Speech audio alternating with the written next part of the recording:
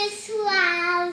Hoje eu tô aqui e eu fiz uma caixinha de som só usando itens recicláveis daqui de casa e eu usei um rolinho de papelão que é de guardanapo, né? Quando acaba, e copinhos descartáveis. Aí eu cortei, né? Uma bolinha do tamanho do negócio aqui, um tubo.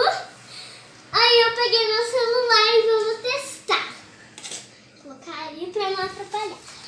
Ó, tá vendo, né? Peraí, deixa eu dar uma... Então, né?